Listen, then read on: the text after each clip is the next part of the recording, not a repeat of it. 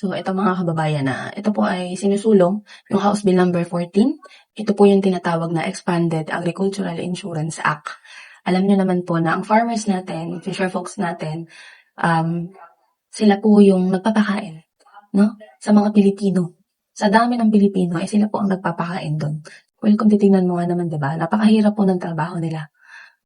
Kaya ito po yung mas malawak na proteksyon para sa kanila. Kumbaga, hindi lang ulan ang kalaban nila. Hindi lang ulan ang kalaban ng ating mga farmers. Pati na rin po ang matinding init at tagtuyot.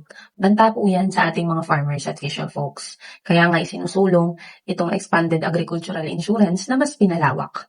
Ang proteksyon po nasasaklaw sa kanilang kabuhayan. Bali, ito nga po palang batas na ito ay isinusulong or panukala po ito ni Congressman Martin Romualdez. Kumbaga, hindi lang pananim ang insured, no? Ito po yung mga nakapaloob dito po sa House Bill number 14 na kumbaga may protection. So, livestock and aquaculture. Ito po yung protection sa mga alagang hayop at isda. Machinery and transport.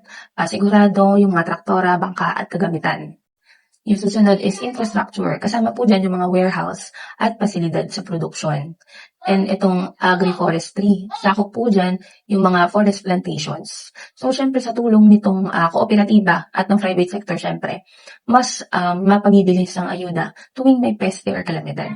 Kumbaga, hindi na po kinakailangan mangamba sa tindi ng panahon dahil nga minsan di na may proteksyon na ang ating mga bayani ng agrikultura.